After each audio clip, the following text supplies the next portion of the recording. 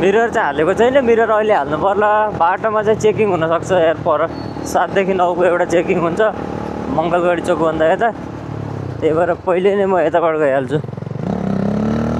127 kilometre कति छ यार रुकुम, 187 किलोमिटर भनेपछि फ्युल ट्याङ्कको रेन्जले त मजाले भेटाउँछ। ल है, चेकिङ थियो कि थिएन, हामी ट्याक्क त्यहाँबाट हेरेर जान्छौँ है त, अनुमान सही भयो कि गलत भयो है त। हर बाइक एस नो। Hello guys, good morning, welcome to my new vlog. आज चाहिँ अब बिहानै कता जानु लाग्यो भन्नुभयो होला। आज चाहिँ रुकुमसम्म हामी चाहिँ स्यारपुतालसम्मको लागि जानु लागेको। अब बिहान चाहिँ किन जानु लागेको भनेपछि अब पछाडि चाहिँ मेरो मडगाड छैन क्या टायरमा, बाटोमा चाहिँ हिलो हुनसक्छ होइन। अब त्यो हिलो रोक्नको लागि मडगाड हाल्नु पऱ्यो, त्यो भाइको ग्यारेजमा राखेको थिएँ। त्यसपछि चैनबाट पनि त्यो चैन लक गरेर चाहिँ अलिकति क्याट आवाज आइरहेको छ क्या, त्यो आवाजलाई पनि चैन लक हालेर, बाटोमा धोका नदियोस् नि त, चैन लक हालेर त्यो आवाज हटाएर एकदम ओके कन्डिसन बनाएर जानु पर्ला। एबिएस चाहिँ हाम्रो अब अफै हुन्छ, किनभने एबिएसले चाहिँ बेटर फिलिङ दिन्छ क्या ब्रेकमा चाहिँ होइन।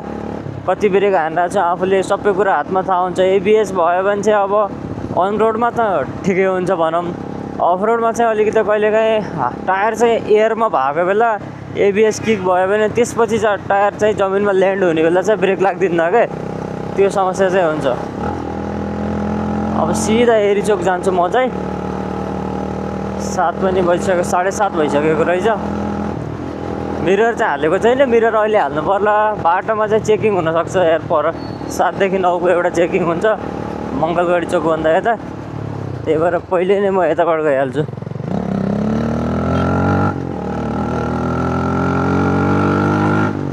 वाउ, आज चाहिँ बादल पनि यस्तो राम्रो देखिएको रहेछ यार।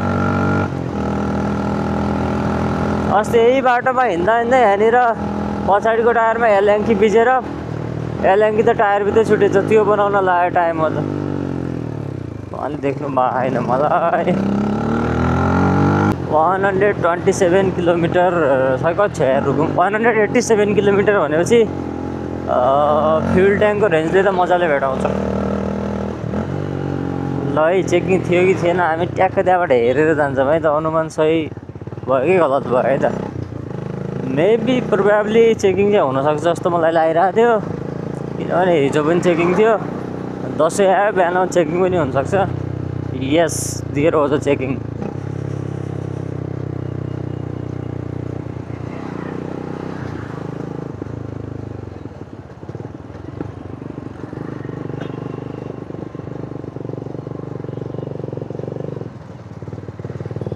हर बाइक एस नो।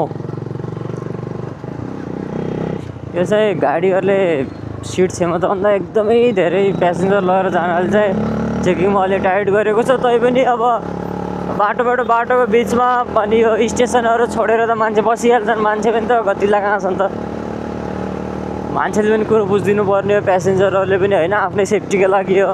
एक त गाडी फुल कन्डिसनमा हुँदैनन् होइन, लगातार गाडी यत्रो भिडभाड हुन्छ, लगातार गाडी सर्भिस हुन पनि नपाएर ट्रिप लगाइराख्नुपर्छ। त्यस्तो बेला चाहिँ अब मान्छेको लोड त्यत्रो, अब कम्पनीले त डिजाइन गरे हुन्छ यति सिट लिमिट भनेर, यति वेटसम्म यो गाडीले लग्न सक्छ भनेर, त्यही माथि अब नेपालको रोड यस्तो छ भनेपछि एक त अब हामी लिमिटभन्दा बाहिर छौँ, त्यही माथि रोडको कन्डिसन पनि ठिक छैन भनेपछि एक्सिडेन्ट हुन सक्ने चान्स त एकदमै धेरै हुन्छ। यो कुरा चाहिँ हामीले हतार नगरेर बुझिदिनुपर्छ। अब हतार नगरी पनि के गर्ने, म्यानेज गर्न सक्दैन होइन, गाडीहरू म्यानेज गर्न सक्दैन मान्छे, अब घर सबैले जानै पर्यो, गाह्रो छ। यो ट्र्याक्टरको पनि मलाई कति भर लाग्दैन यार, एकदम हल्लिएर हिँड्यो भने चाहिँ म त आइहाल्छ कि आफूतिर भने जस्तो। ट्र्याक्टर, यो डोजर, जेसिबी,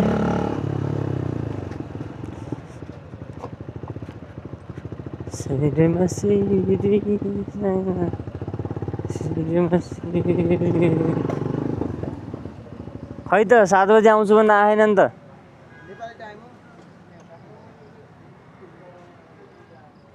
जानु पऱ्यो क्या उसो भए, चैनको जिउ हालौँला भनेर आएको थिएँ।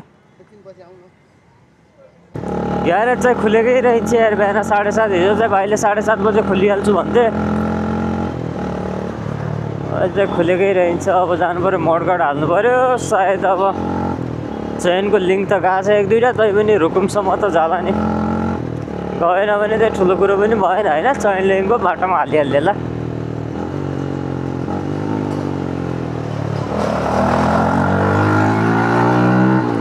मोडगार्ड चाहिँ हाल्नु पऱ्यो अब नभुलेर होइन।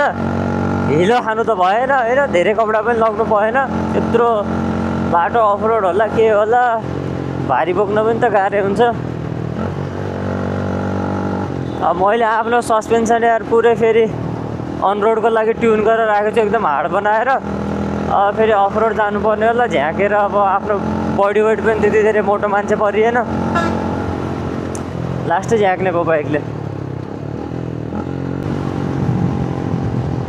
वाउ, ओन्ली रियर ब्रेक यति राम्रो फिडब्याक आउँछ नि यसको। सेगमेन्टभरिमै बेस्ट होला।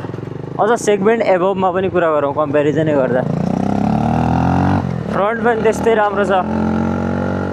अहिले त रोड चिसो होला, तैपनि म ट्राई गरेँ होइन। एबिएस अफ छ, त्यही भएर अटोमेटिक स्टपै आउँछ कहिलेकाहीँ। नत्र 50-60 को स्पिडमा त इट्स इजी के, भेरी इजी। 60 मा चाहिँ ब्रेक लगाउँछु। एबिएस अफ छ। टायर अलिकति लास्टमा चाहिँ लक इन हुन्छ होइन। सर्फेस चाहिँ राम्रो हो, नत्र फ्रन्ट ब्रेकबाट पनि फिडब्याक चाहिँ एकदमै राम्रो आएर आउँछ यसको। Brakes are best in the segment. Mudguard चाहिँ हालेर जानु पऱ्यो। आज त पेट्रोल पम्पमा यत्रो भिड रहेछ यार।